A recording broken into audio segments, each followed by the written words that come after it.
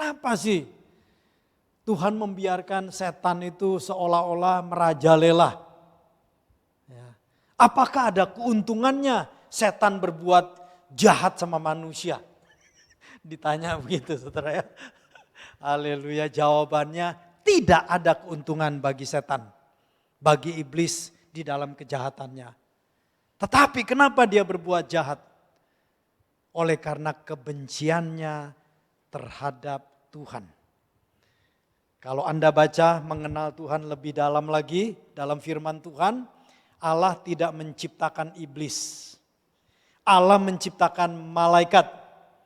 Tetapi dari antara malaikat yang luar biasa Allah ciptakan di sorga yang bernama Lucifer, satu hari di dalam keagungan Lucifer, tiba-tiba di dalam hatinya ada keinginan berbuat dosa.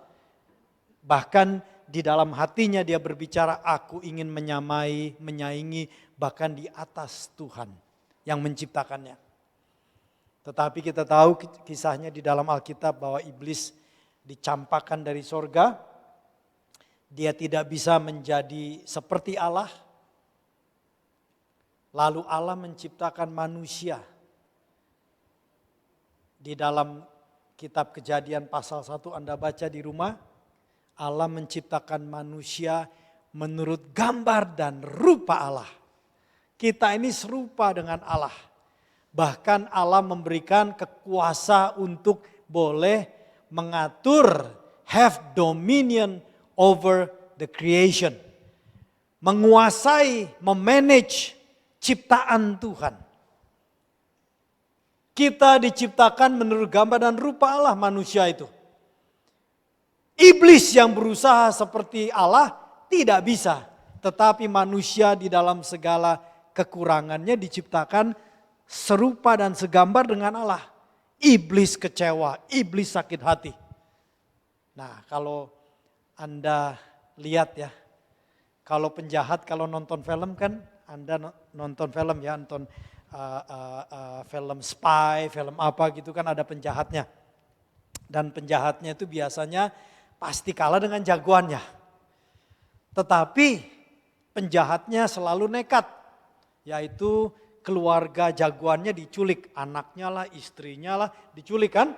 Kemudian terakhir 2-3 menit terakhir terjadi pertarungan. Dan akhirnya si penjahat itu bisa ngancem anaknya lah, istrinya atau keluarganya.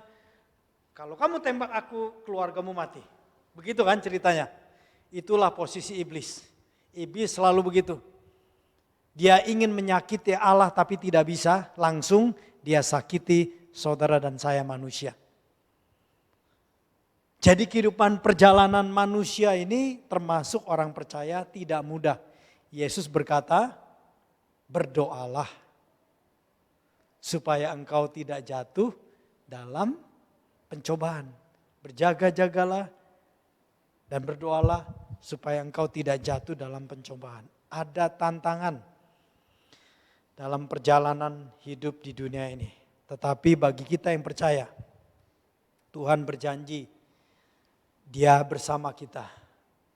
Dia akan pimpin hidup kita bahkan pada waktu melewati lembah kekelaman. Semakin Anda tambah dewasa, banyak di sini remaja, nanti kuliah, tantangan Anda mungkin sekolahan, kuliah ya. Atau mungkin lihat teman pacaran, Anda kepengen tantangannya begitu saudara. Ya, Arbeito ya. Nanti setelah Anda lulus ada tantangan lagi. Mulai mikir kerja di mana. Mulai stres mikir kerja. Ya, mulai stres mikir kerja. Habis kerja menikah, tantangan lagi saudara. Ya, habis menikah punya anak. Tantangan lagi karena mikir duit dari mana untuk bisa membesarkan anak-anak. Terus tantangan demi tantangan. Ada terjadi dalam perjalanan kita. Tetapi setiap momen dalam hidup kita, Dia berjanji tidak pernah meninggalkan kita. Dia beserta kita, Allah beserta kita. Ini yang harus Anda dan saya yakini. Nah, di dalam penyertaannya Tuhan ingin juga bukan cuma sekedar menyertai, tetapi time to time dia melakukan intervensi dalam kehidupan kita. Bulan ini kita diberikan tema Divine Intervention. Satu, intervensi Allah. Allah turut campur atau turun tangan dalam kehidupan kita. Allah bukan ingin urusan campur urusan Anda, tetapi Dia ingin bekerja supaya kehendaknya yang mulia terjadi melalui kehidupan Anda dan saya. Kita akan lihat di dalam Kisah Para Rasul pasal 10. Tahun ini kita banyak berbicara di dalam Kisah Para Rasul. Pasal 10. Hari ini pasal 10 dari ayat 1 sampai ayat 48 kita akan baca. Pastor tidak akan mengelaborate semuanya, tetapi ada bagian-bagian saya ambil sehingga kita tidak, khotbahnya tidak 3 jam. Diusahakan 30 menit, 40 menit selesai. Ya, kita lihat baca di Kisah Para Rasul bagian pertama ayat 1 sampai ayat 8 dulu ya. Ayat 1 sampai ayat 8. Di perikop ini perhatikan, Allah mengintervensi kehidupan seorang yang bernama Kornelius. Ayat 1 kita mulai baca sampai ayat 8. Di Kaisarea ada seorang yang bernama Kornelius, seorang perwira pasukan yang disebut pasukan Italia. Ia saleh, ia serta seisi rumahnya takut akan Allah, dan ia memberi banyak sedekah kepada umat Yahudi dan senantiasa berdoa kepada Allah. Ayat 3, dalam suatu penglihatan kira-kira jam 3 petang jelas tampak kepadanya seorang malaikat Allah masuk ke rumahnya dan berkata kepadanya, Kornelius. Ayat 4, ia menatap malaikat itu dan dengan takut ia berkata, ada apa Tuhan? Jawab malaikat itu, semua doamu dan sedekahmu telah naik ke hadirat Allah dan Allah mengingat engkau. Ayat 5, dan sekarang suruhlah beberapa orang ke Yope untuk menjemput seorang yang bernama Simon dan yang disebut Petrus, Simon Petrus. Ayat 6, ia menumpang di rumah seorang penyamak kulit yang bernama Simon yang tinggal di tepi laut. Ayat 7, setelah malaikat yang berbicara kepadanya itu meninggalkan dia, dipanggilnya 2 orang hambanya beserta seorang prajurit yang saleh dari orang-orang yang selalu bersama-sama dengan dia. Dan sesudah ia menjelaskan segala sesuatu kepada mereka, ia menyuruh mereka ke Yope. Ayat 1 sampai ayat 8 kita melihat Allah melakukan intervensi ke dalam kehidupan seorang yang bernama Kornelius melalui penglihatan. Nah, di sini Kornelius ini adalah seorang perwira regimen pasukan Italia. Jadi dia salah satu tentara yang sangat penting yang berada di daerah Kaisarea. Kaisarea itu daerah pantai. Kalau Anda menggambarkan peta daripada negara Israel, dari Yerusalem, Kaisarea itu ke utara sebelah barat, itu pantai.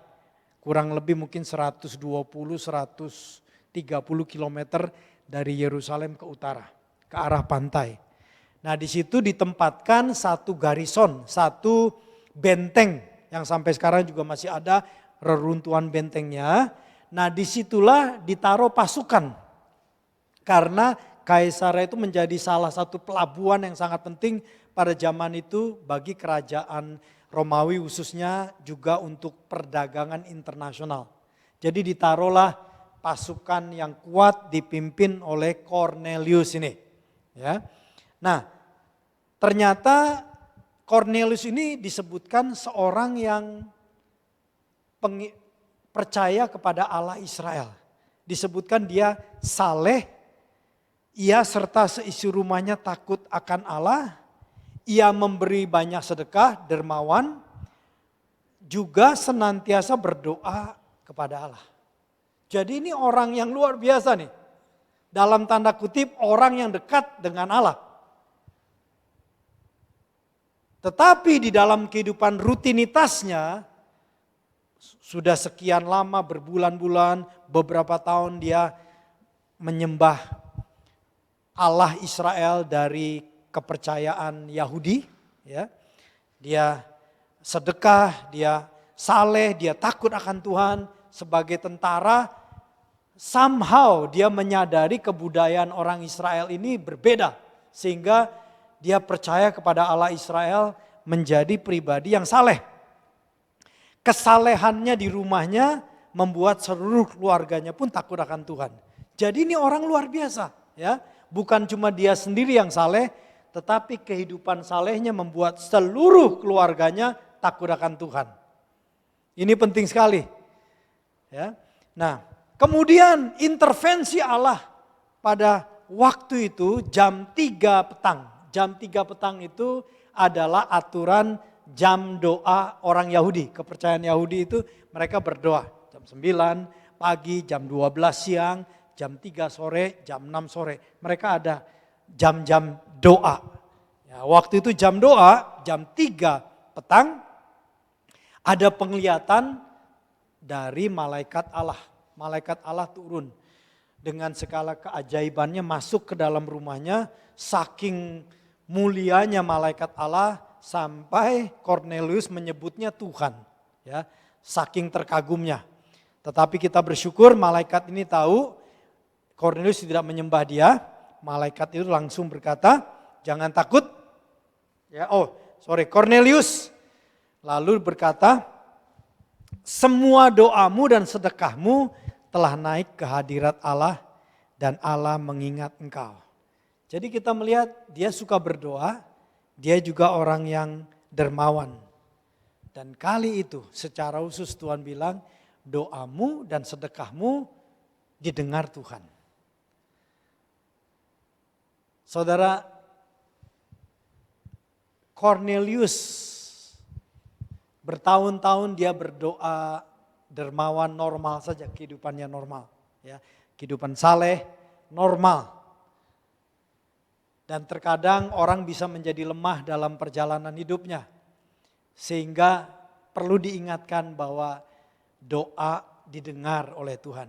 Dan di sini dikatakan yang menarik, semua doamu. Di ayat 4 mengatakan malaikat berkata semua doamu. Tidak ada doa yang tidak didengar oleh Allah. Semua doamu. Selama doa-doa kita sesuai dengan prinsip Alkitab, dengar, Anda didengar doamu oleh Allah. Cuma kadang-kadang kita tidak melihat pernyataannya atau kita butuh peneguhan. Cornelius diteguhkan melalui penglihatan dengan datangnya malaikat Tuhan ke dalam rumahnya. Dan berkata semua doamu, artinya doa dia sejak dia percaya kepada Allah Israel menjadi pengikut kepercayaan Yahudi, Yudaisme, dia didengar oleh Allah doa-doanya. Sedekahmu pun telah naik ke hadirat Allah. Saudara, kita bersyukur di tempat sini time to time di dalam kesulitan perjalanan hidup. Kita tahu sebagai gereja terkadang kita bersama-sama melakukan gerakan peduli. Kita bantu orang di tempat lain dalam kesusahan mereka, gempa bumi atau gunung meletus dan sebagainya ya. Dengar, kalau kita memberi karena kita mengasihi Tuhan, seberapa banyak pun sedekahmu, pemberianmu, bantuanmu, Allah melihatnya. Haleluya. Ini luar biasa. Orang tidak melihat, tapi Allah melihat dari hatimu yang memberi. Praise the Lord. Jangan cari pujian manusia, carilah pujian dari Tuhan. Allah memuji Cornelius karena kesalehannya, takut akan Tuhan, karena doa-doanya dan sedekahnya lewat malaikat. Dia bilang semua doamu dan sedekahmu Tuhan ingat telah naik ke hadirat Allah. Nah, yang menarik di sini perhatikan bahwa Cornelius dan keluarganya orang saleh. Ya. Tetapi ternyata orang saleh butuh diselamatkan. Ya. Intervensi Allah datang. Kemudian bagian kedua dari ayat 9 sampai 22 kita akan baca bagian di sini di mana Allah melakukan intervensi ke dalam kehidupan Rasul Petrus. Kita lihat ayat 9 sampai 22 kita baca. Keesokan harinya ketika ketiga orang itu yang disuruh oleh Cornelius berada dalam perjalanan dan sudah dekat kota Yope, belum sampai tapi mendekati kota Yope. Kira-kira pukul 12 tengah hari naiklah Petrus ke atas rumah untuk berdoa. Jadi kita lihat jam 12 waktu doa. Petrus adalah orang Yahudi. Dia dibesarkan dengan kebudayaan Yahudi. Dia dibesarkan dengan kebudayaan di mana orang berdoa ada jamnya. Walaupun Rasul Petrus sudah percaya Tuhan Yesus, dia tetap orang Yahudi dan mengikuti jam doa. Jam 12 siang dia naik ke atas rumah dan dia mulai berdoa. Ayat 10, ia merasa lapar. Dalam doa waktu itu jam 12 siang, ia merasa lapar dan ingin makan. Tetapi sementara makanan disediakan, jadi makanannya sedang dimasak oleh tuan rumah, keluarga tuan rumah Simon tukang kulit, ya penyamak kulit. Petrus berdoa, ia merasa lapar dan ingin makan. Tetapi sementara makanan disediakan, tiba-tiba rohnya diliputi kuasa ilahi. Ada intervensi Allah ke dalam rohnya. Dia dikuasai rohnya oleh kuasa ilahi. Ayat 11 apa yang terjadi? Tampak olehnya langit terbuka dan turunlah suatu benda berbentuk kain lebar yang bergantung pada keempat sudutnya yang diturunkan ke tanah. Ayat 12, di dalamnya terdapat pelbagai jenis binatang berkaki empat, binatang menjalar dan burung. Ayat 13, lalu kedengaranlah olehnya oleh Petrus suatu suara yang berkata, bangunlah, hai Petrus, sembelilah dan makanlah. Ingat, Petrus dikuasai rohnya. Jadi dia melihat alam roh, lagi berdoa. Dia melihat alam roh, dia lagi berdoa, kemungkinan lagi berlutut. Kemudian ada suara suruh bangun. Suruh bangun, suruh sembelih, potong, masak makanan-makanan yang ada di dalam penglihatan itu. Ayat 14, tetapi Petrus menjawab, tidak Tuhan, tidak. Enggak mau dia. Oh no, enggak mau. Kenapa? Sebab aku belum pernah makan sesuatu yang haram dan yang tidak tahir. Dari sini kita lihat Petrus ini dia percaya pada Tuhan Yesus, tetapi soal kebudayaan dia masih pegang kebudayaan Yahudi. Enggak makan makanan-makanan yang terlarang atau yang tidak sesuai dengan aturan hukum Taurat atau ajaran Yudaisme, kebudayaannya. Jadi dia bilang enggak mau, aku belum pernah makan sesuatu yang haram atau yang tidak tahir. Enggak mau dia, disuruh pun tidak mau. Jadi Anda bisa lihat kebudayaan begitu kuat. Sampai Tuhan ngomong pun dilawan sama dia. Terkadang kebudayaan kita ini saudara, kebiasaan kita dalam keluarga, dalam suku di mana kita berada, negara, kebudayaan kita dibesarkan, terkadang bisa menghalangi rencana Tuhan loh saudara. Ya, Petrus disuruh, dia tidak mau. 3 kali, kita lihat nanti ya. Ayat 15, kedengaran pula untuk kedua kalinya suara yang berkata, apa yang dinyatakan halal oleh Allah tidak boleh engkau nyatakan haram. Ayat 16, hal ini terjadi sampai 3 kali. Dan segera sesudah itu terangkatlah benda itu ke langit. Sampai 3 kali disuruh potong dia tidak mau. Ya, enggak. Kemudian terangkatlah benda itu dalam penglihatan Petrus ya. Ayat 17 Petrus sadar kembali ya pada saat ini. Petrus bertanya-tanya di dalam hatinya, apa kiranya arti penglihatan yang dilihatnya itu. Ya, jadi kalau Anda mendapat penglihatan atau terkadang bisa mimpi di dalam kehidupan kita, mimpi ya. Mimpi itu macam-macam karena bunga banyak pikiran, tetapi memang ada mimpi yang dari Tuhan.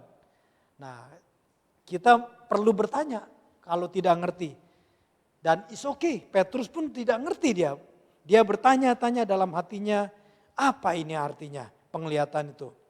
Kemudian di ayat 17 bagian B, sementara itu telah sampai di muka pintu orang-orang yang disuruh oleh Cornelius dan yang berusaha mengetahui di mana rumah Simon tukang kayu, penyama kulit.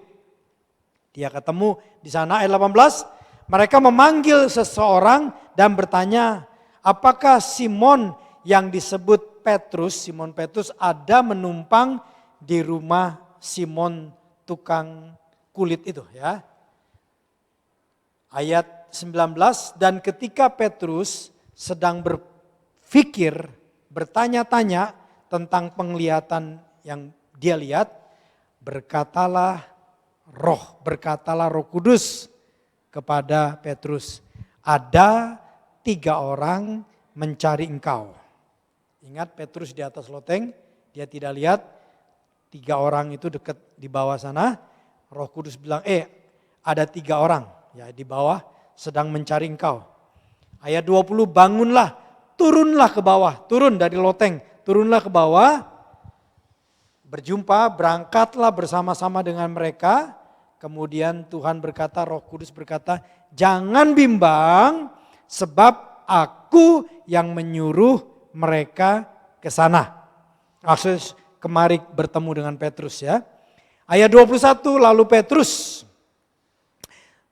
turun ke bawah dan berkata kepada orang-orang itu, akulah yang kamu cari. Apakah maksud kedatangan kamu?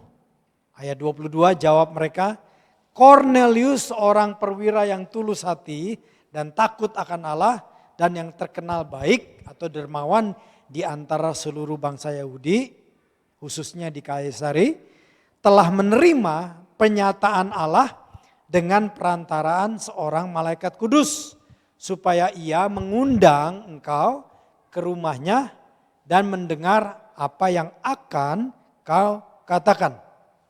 Jadi kita lihat sampai di sini perikop ini di mana Allah mengintervensi kehidupan Petrus. Karena Petrus ini sangat kuat juga memegang kebudayaan Yahudi. Nanti Anda akan lihat bagaimana dia berkata, aku ini enggak bergaul dengan orang non Yahudi. Dia pegang kebudayaannya begitu kuat. Dan pada waktu itu Allah ingin mengutus Petrus ke dalam kehidupan keluarga Cornelius. Cornelius itu bukan orang Yahudi. Dia orang wilayah Romawi sana. Ya. Jadi ini suku bangsa yang berbeda. Tuhan mau memakai Petrus, tetapi Petrus pegang kebudayaannya begitu kuat sampai Allah harus mengintervensi dengan penglihatan 3 kali disuruh memotong makanan-makanan yang diturunkan lewat penglihatan itu, tapi dia tidak mau. Dia mulai bertanya-tanya, apa arti daripada penglihatan ini? Dan setelah berjumpa dengan 3 orang yang diutus oleh Kornelius, dia mau berangkat bersama mereka karena firman Tuhan mengatakan kepada Petrus, jangan bimbang sebab aku yang menyuruh mereka kemari. Jangan bimbang kata Tuhan. Ya. Ayat 23 sampai ayat 48 kita akan baca. Nah bagian ini 23 sampai ayat 48 nanti Anda bisa melihat di mana Allah mengintervensi anggota keluarga Kornelius dan orang-orang yang dekat dengan Kornelius. Juga Allah mengintervensi teman-teman seiman Yahudi yang bersama dengan Petrus. Ayat 23. Petrus berkata, ia mempersilahkan mereka untuk bermalam di situ. Jadi ketiga orang itu kan sudah tiba di sana, sudah mulai agak sore.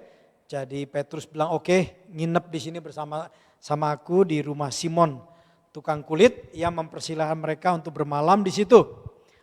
Keesokan harinya, Petrus bangun dan berangkat bersama-sama dengan mereka, dengan 3 orang itu. Dan plus beberapa saudara dari Yope, dari tempat Simon Petrus berada, menyertai dia. Ayat 24. Dan pada hari berikutnya, sampailah mereka di Kaisarea. Kornelius sedang menantikan mereka dan ia telah memanggil sanak saudaranya dan sahabat-sahabatnya berkumpul. Jadi Kornelius ini saking semangatnya dia semua undang anggota keluarganya dan sahabat karibnya suruh berada di rumahnya ngumpul bersama-sama. Ayat 25, ketika Petrus masuk, datanglah Kornelius menyambutnya dan sambil tersungkur di depan kakinya, ia menyembah Petrus. Ayat 26, tetapi Petrus menegakkan dia, katanya, bangunlah, aku hanya manusia saja. Ya. Sebelumnya tadi ayat 24, waktu Kornelius sedang menanti mereka dan memanggil saudara dan sahabat-sahabat berkumpul. Saudara perhatikan, kalau kita ini mengalami perjumpaan dengan Tuhan, kalau kita ini mengalami sesuatu perjumpaan dalam hal-hal rohani dan Anda tahu bahwa itu adalah Tuhan, Anda exciting. Nggak mungkin nggak exciting saudara. Jadi kalau orang Kristen bilangnya Kristen tapi kehidupan kekristenannya Anda tahu sangat-sangat lemah dan tidak ada kegairahan, kemungkinan besar orang itu tidak pernah atau jarang berjumpa dengan hal-hal rohani. Tapi kalau dia berjumpa dengan rohani, dia bersemangat. Kornelius ini ngomong sama keluarganya, jangan kemana, nginep di rumahku. Tungguin yang namanya Petrus. Simon Petrus itu akan datang. Itu utusan Allah. Sahabat-sahabat disuruh kumpul. Haleluya. Amin saudara. Nah dengar, kalau Anda ingin di rumah Anda ada pertemuan, Anda ingin teman-teman bisa kenal Tuhan, Anda sendiri harus berjumpa dengan Tuhan. Ada excitement. Haleluya. Harapan pastor di tempat sini, Anda yang beribadah juga, saya berharap kita ini boleh mengalami perjumpaan dengan Tuhan. Kalau Anda berjumpa dengan Tuhan, bahkan kalau boleh setiap minggu aja Anda berjumpa dengan Tuhan lewat praise and worship, Tuhan berbicara dalam hatimu, mungkin lihat penglihatan, tadi lagi doa siang hari bisa penglihatan. Petrus jam 12 siang bisa melihat penglihatan. Saya berharap ada penglihatan.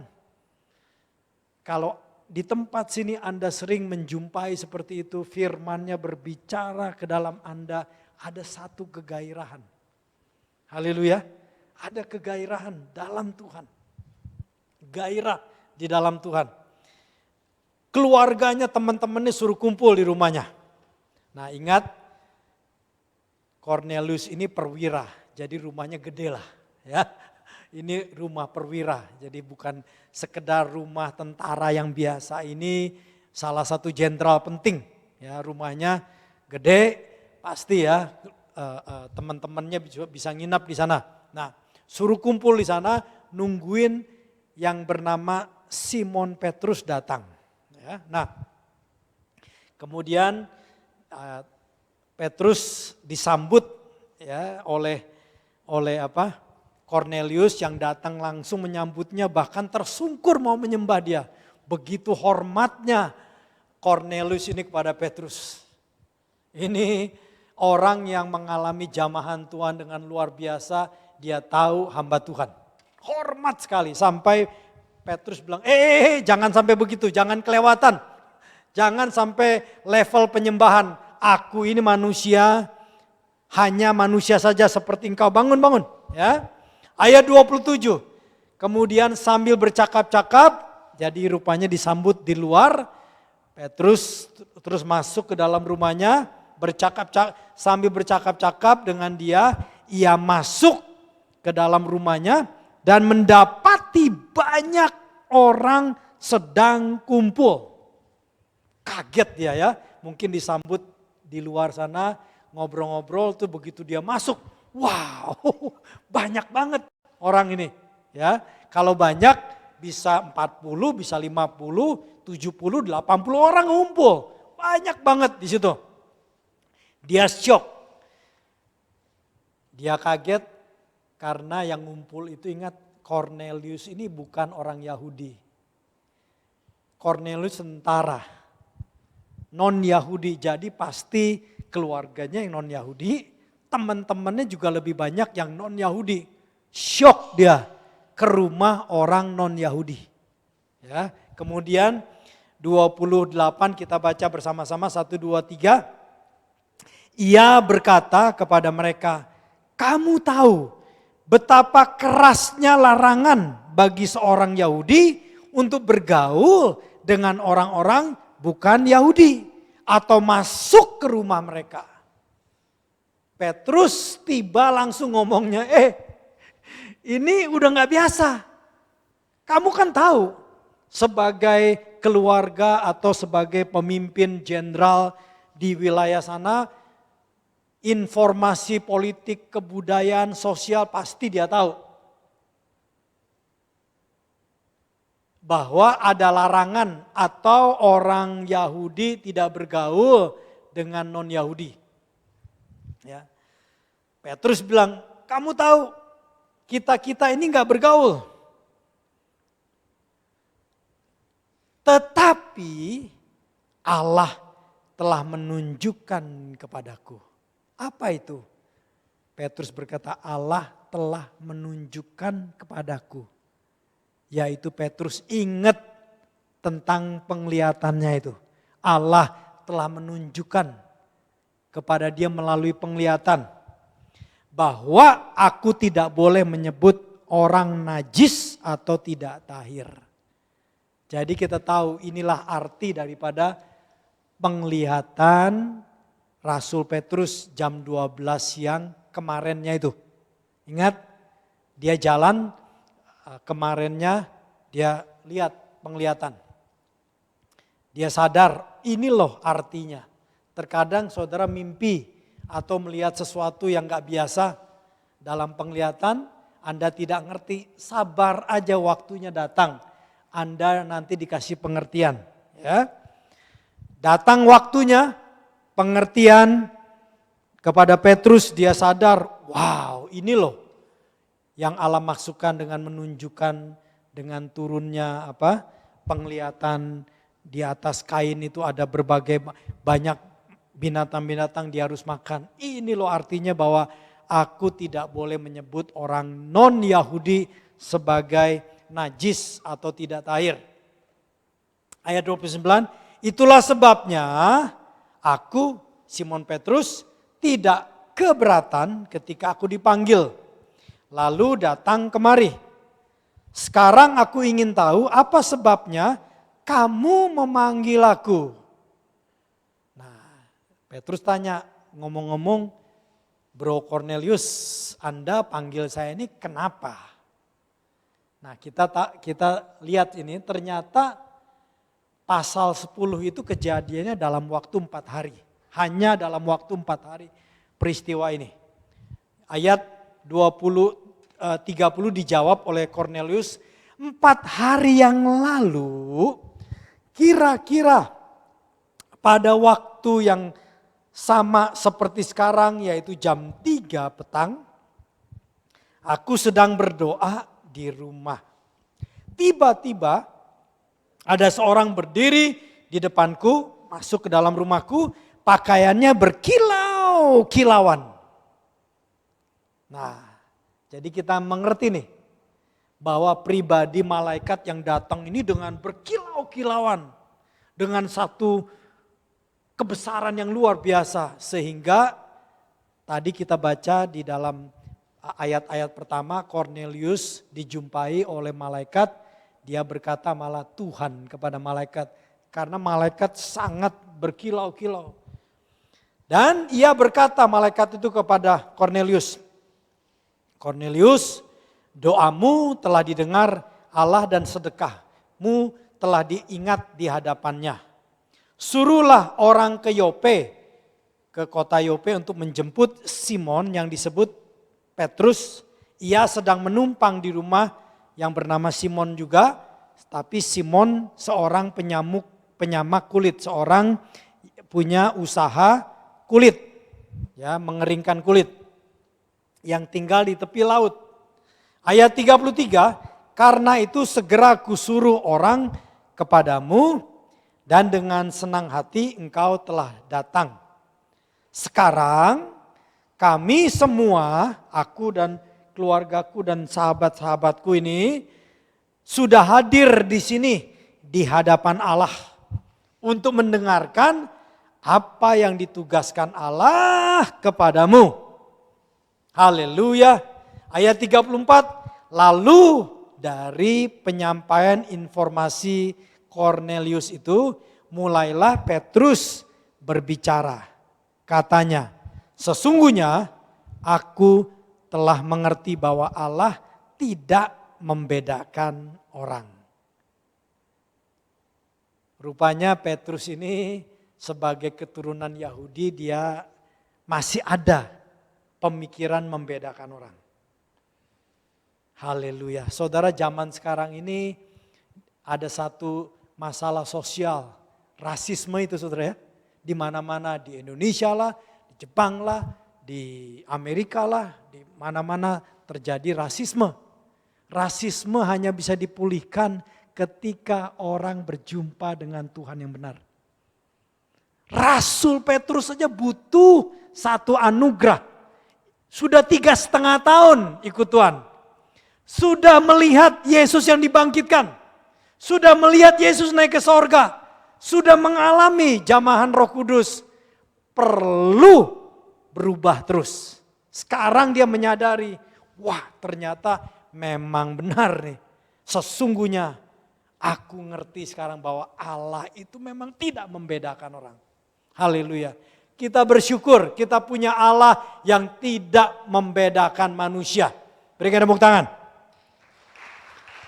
Haleluya. Kita bersyukur punya Tuhan yang tidak membedakan pendidikan, latar belakang, keturunan. Tidak saudara. Bahkan kalau Anda pun pernah berbuat dosa yang dianggap sangat-sangat sulit pun. Dosa yang kejam, dosa yang sangat-sangat melanggar firman Tuhan. Asal hatimu berbalik kepada Tuhan yang hidup, pasti diampuni, pasti diterima. Bukan kebetulan Yesus mati didampingi oleh 2 perampok. Yang satu tetap tidak mau bertobat, tapi yang satu berikutnya setelah 3 jam bersama-sama dengan Yesus disalib. Ingat, mereka disalib jam 9 pagi. Ya, 9 pagi itu Yesus disalib. Mereka bertiga tuh. Selama dari jam 9 sampai jam 12, dua-duanya mengolok Yesus. Tetapi rupanya 3 jam bersama Yesus disalib itu momen yang sangat penting. Setelah jam 12, yang satu tiba-tiba sadar. Kita ini memang layak dihukum. Kita ini layak disalibkan. Tetapi orang ini tidak. Kita perampok, orang ini bukan. Ada satu perubahan yang terjadi. Dan orang itu bilang, Tuhan, ingat aku ya kalau engkau sudah sampai ke sorgamu. Ingat aku. Apa jawaban Yesus? Hari ini engkau akan bersama-samaku di Firdaus. Perhatikan, orang yang disalib itu belum bisa berbuat baik. Belum bisa sempat menyembah Allah, belum bisa sempat ke gereja, belum bisa sempat sedekah, belum bisa sempat apapun. Belum sempat dibaptis, belum sempat apa, belum sempat apapun dia. Tetapi Tuhan bilang, engkau hari ini bersamaku. Jangan putus asa mendoakan orang untuk bertobat. Karena kita tidak tahu, mungkin detik-detik, jam-jam dia di rumah sakit sebelum dia meninggal, ada satu terjadi.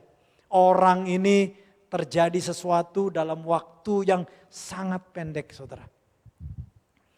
Karena Allah tidak memandang orang, artinya membedakan orang, artinya bahwa Allah akan menerima siapapun orang yang mau sungguh-sungguh percaya berbalik kepada dia, siapapun saudara. Haleluya, thank God.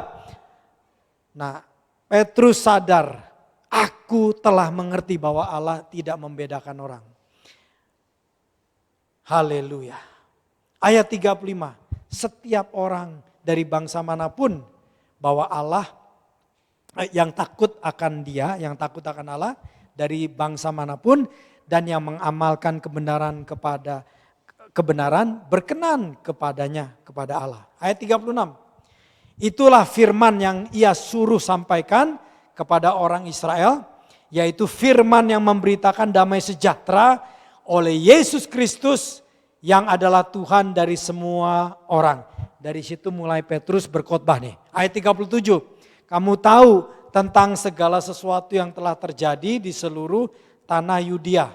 Dia berbicara kepada Cornelius sebagai orang militer, pemimpin jenderal militer yang penting di sana.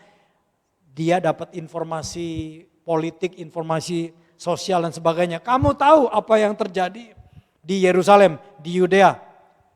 Tentang segala sesuatu yang terjadi di Yudea, mulai dari Galilea sesudah baptisan ini diberitakan oleh Yohanes. Ayat 38 yaitu tentang Yesus dari Nazaret.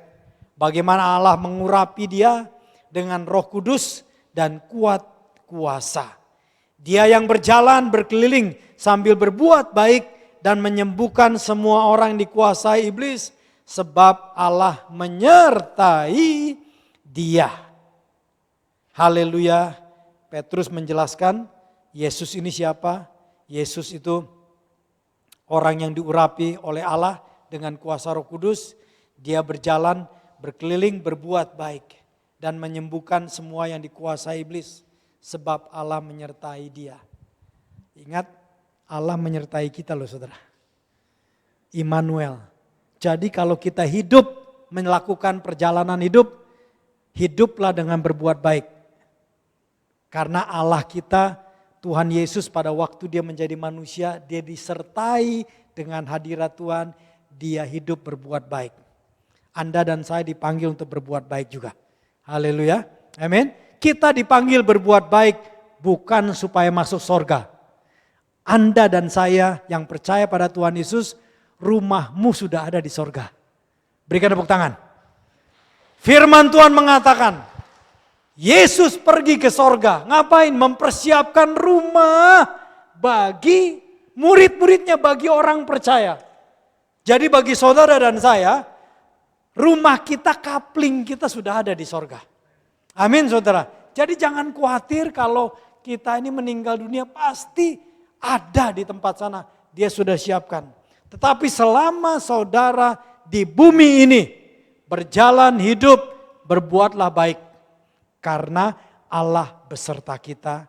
Seperti Yesus yang disertai oleh hadirat Allah, dia pergi berkeliling berbuat baik. Amin. Kemudian ayat 39.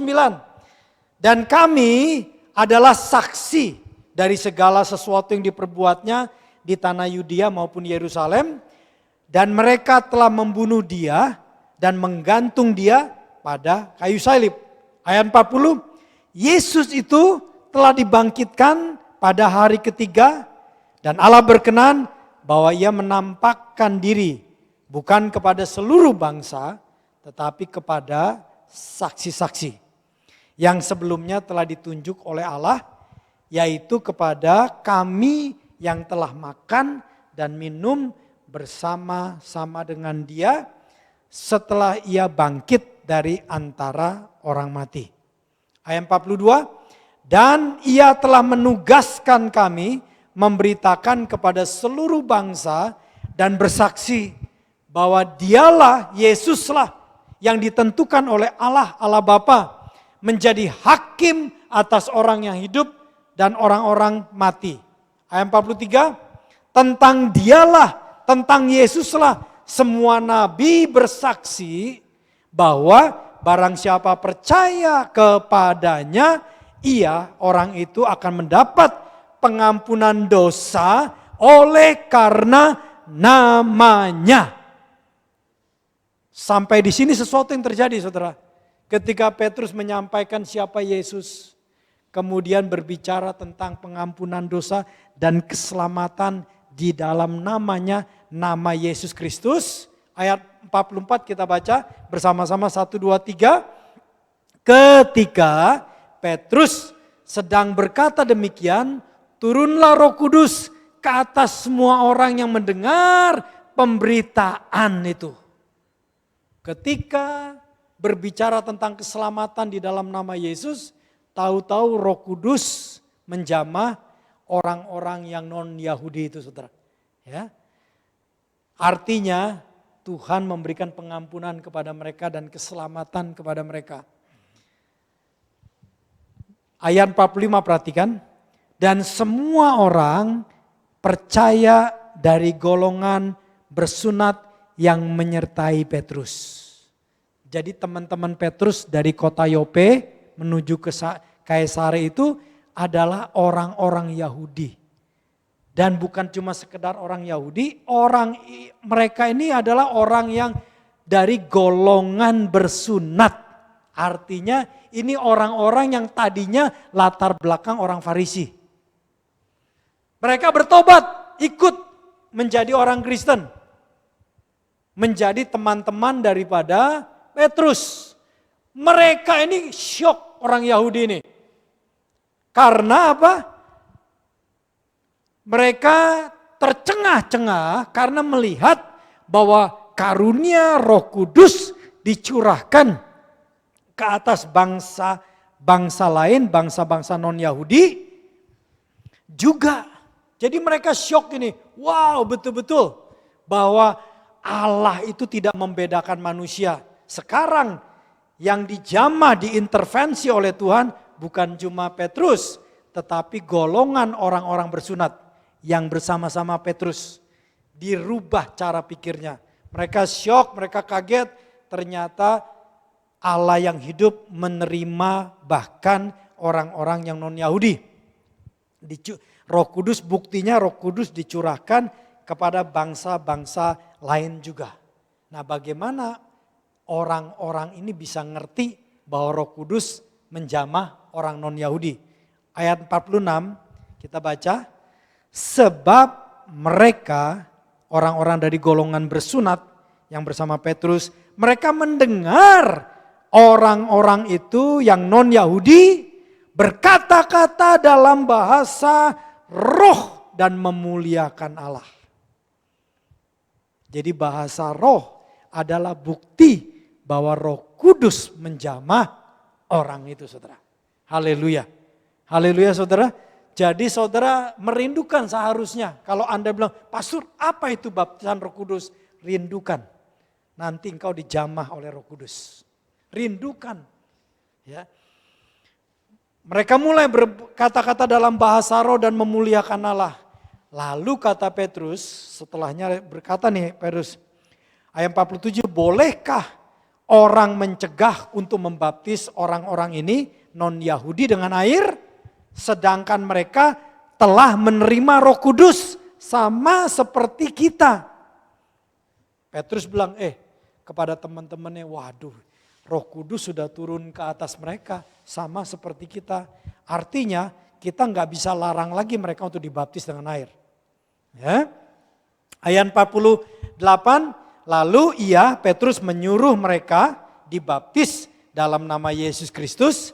Kemudian mereka orang-orang non-Yahudi itu meminta Petrus supaya ia tinggal beberapa hari lagi bersama-sama dengan mereka. Cornelius bilang, oke, Petrus jangan buru-buru pergi, kami tinggal beberapa hari di sini, kami ingin dengar kebenaran firman Tuhan lebih lanjut. Nah, saudara, kita melihat Tuhan mengintervensi kehidupan di dalam pasal perikop yang kita baca. Awalnya Tuhan mengintervensi kehidupan Cornelius, orang yang saleh, orang yang takut akan Tuhan, banyak berdoa, tetapi belum diselamatkan. Dengar baik-baik.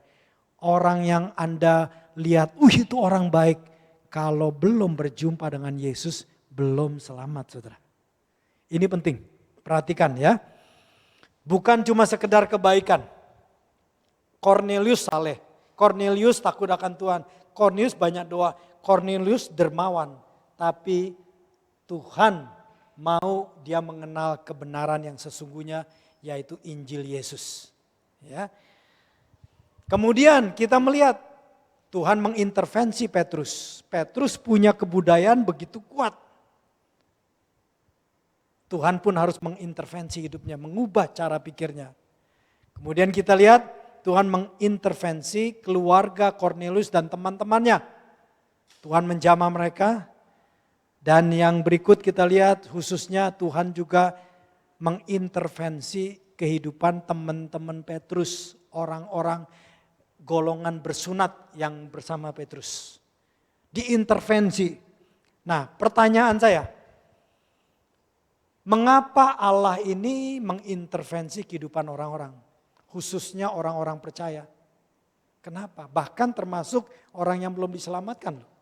Kenapa sih Tuhan ini terkadang bisa terjadi intervensi, kadang-kadang bisa enak, kadang-kadang tidak enak?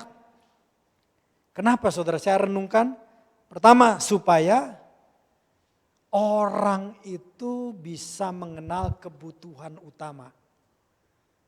Kebutuhan utama manusia adalah keselamatan. Sebab manusia tidak bisa bawa emas dan perak, ijazah apapun yang Anda pegang, kekayaan apapun yang Anda pegang, apapun rumah, tanah yang Anda punya tidak bisa dibawa kalau kita mati. Kebutuhan manusia yang utama adalah keselamatan. Haleluya, saudara, saya bersyukur rekan-rekan sini yang masih muda, sekolah ya. Saya juga tadi berjumpa dengan selain daripada Gabriel ya, angkat tangan Gabriel ya, thank you ya. Juga Erika ya. Tadi ketemu dengan teman dari Seattle ya. Itu jemaat dari Seattle. Where are you Budi? Budi ya. Budi dari Seattle ya. Ini juga rekan-rekan yang lain pada sekolah di sini, Anda berusaha menggali ilmu, menjadi pintar, itu semua bagus. Tetapi dalam perjalanan hidup rekan-rekan, saya berharap Anda tahu kebutuhan yang utama dari kehidupan Anda adalah diselamatkan oleh Tuhan. Haleluya. Cornelius sudah punya pangkat sebagai jenderal, dia di sana. Pemimpin di Kaisare, yang memimpin pasukan yang berkuasa di wilayah sana. Dia saleh, dia dermawan, dia banyak doa, dia disebut sebagai orang yang takut akan Tuhan. tetapi belum diselamatkan. Karena belum berjumpa dengan pribadi keselamatan itu sendiri, yaitu Yesus Kristus. Jadi orang selamat ini bukan karena ikut aturan agama. Orang selamat ini karena mengenal dan percaya Yesus Kristus. Saya ulangi lagi, orang selamat bukan karena ngikutin ajaran agama. Orang selamat oleh karena mengenal pribadi Yesus. Ini sangat penting sekali saudara. Jadi kalau kita bicara kekristenan, kita bukan bicara agama. Kita bicara iman pada Yesus, anak Allah yang datang dari sorga menjadi manusia, mati disalibkan buat saudara dan saya, dikuburkan pada hari ketiga sesuai dengan nubuatan para nabi, dibangkitkan dari antara orang mati, lalu terangkat ke sorga, duduk di sebelah kanan Allah Bapa. Itulah iman keselamatan. Haleluya. Saya berharap Anda mendalami apa yang pastor sampaikan ini, Anda betul-betul merenungkan. Sehingga harapan pastor Anda berjumpa dengan sang kebenaran. Bukan karena Anda berada di gereja ini Anda selamat. Bukan. Tetapi Anda selamat karena Anda mengenal siapa Yesus. Haleluya. Amin saudara. Haleluya. Saya senang Anda rajin ke gereja. Saya senang Anda berada beribadah. Tapi paling utama adalah karena engkau mengenal pribadi Yesus. Haleluya. Kebutuhan orang yang utama adalah keselamatan. Jadi Allah mengintervensi kehidupan ini. Supaya orang-orang itu diselamatkan.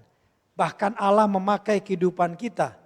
Kehidupan Petrus yang punya kebudayaan yang keras, enggak bergaul dengan orang non-Yahudi, enggak makan yang haram-haram istilahnya. Tuhan mengintervensi ke dalam kehidupannya supaya dia mulai bergaul kepada orang-orang yang non-Yahudi sehingga dia boleh menyampaikan kabar keselamatan itu. Kenapa Allah mengintervensi kehidupan orang-orang? Supaya mereka boleh mendengar berita kabar baik Injil. Allah mengintervensi kehidupan Cornelius supaya mengenal berita Injil Kristus melalui Petrus. Juga bagi yang percaya pada Injil, Tuhan mengintervensi bagi mereka supaya mereka tahu bahwa mereka telah diselamatkan. Dan juga mereka akan mengalami atau menerima baptisan Roh Kudus dan juga baptisan air. Diintervensi kehidupan orang. Nah, harapan pastor dalam kehidupan Anda di sini, berikan dirimu diintervensi oleh Tuhan. Terbuka, Tuhan, aku mau mengenal Engkau lebih dalam. Tuhan, bawa aku lebih mengenal Engkau. Kalau aku belum dibaptis, aku mau dibaptis Tuhan dengan air. Kalau aku belum dibaptis Roh Kudus, aku mau dibaptis dengan Roh Kudus. Buka hatimu, diintervensi oleh Tuhan. Dan juga dalam kehidupan Anda, baik Anda pelajar, kita bekerja, di pabrik, di kantor, semuanya biar izinkan diri kita diintervensi oleh Tuhan supaya orang-orang di sekitar kita boleh mendengar berita kabar baik Injil Yesus. Karena semua orang kebutuhan utamanya adalah diselamatkan. Haleluya saudara. God is good. Buka diri Anda untuk dipakai oleh Tuhan sebagai bejana. Kalau perlu cara berpikir Anda diubahkan. Ya. Dunia ini sangat membutuhkan. Ini kompleks sekali saudara. Ya. Saya kasih tahu. Sekarang dunia ini penuh dengan gerakan LGBT. Oh saudara, Anda dan saya butuh karunia Roh Kudus untuk kita boleh menyampaikan kabar keselamatan kepada orang-orang LGBT itu saudara. Tidak mudah saudara, tapi kita percaya Roh Kudus mampu, Tuhan mampu. Asal saudara dan saya belajar terbuka dan berubah, diintervensi oleh Tuhan. Amin saudara. Dunia ini penuh dengan hal-hal kebencian juga.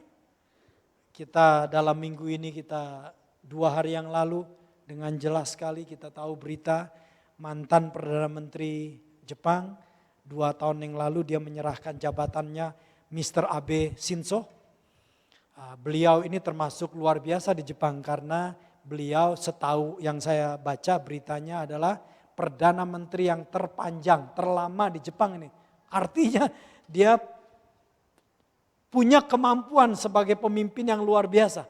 Karena di Jepang ini Perdana Menteri dalam waktu 6 bulan bisa diganti. 1 tahun bisa diganti. Dia bisa bertahan sampai 8 tahun, berarti luar biasa sebenarnya. Tetapi kita lihat ada saja orang-orang yang tidak suka. Nah, ada orang yang sampai tidak suka, kecewa dengan kebijakan dia mungkin pada waktu dia menjadi Perdana Menteri ya. Berapa tahun yang lalu, 2 tahun yang lalu beliau menyerahkan jabatannya ya. Kemudian diganti oleh, seingat saya berikutnya adalah Mr. Fukuda pada waktu itu. Bukan Fukuda. Siapa tuh yang tua-tua itu? Ya, pokoknya agak tua. Setelah itu yang terakhir adalah Kishida ini, Mr. Kishida, ya, Perdana Menteri yang sekarang. Nah, saudara, ini dunia yang keadaan begini di Jepang termasuk aman. Tetapi keamanan yang di Jepang ini bukan berarti hal yang kita take for granted. Berdoa supaya hati manusia itu jangan sampai kebencian yang model begitu, saudara. Kejam, kebencian yang akhirnya menimbulkan hawa nafsu bahkan sampai pembunuhan.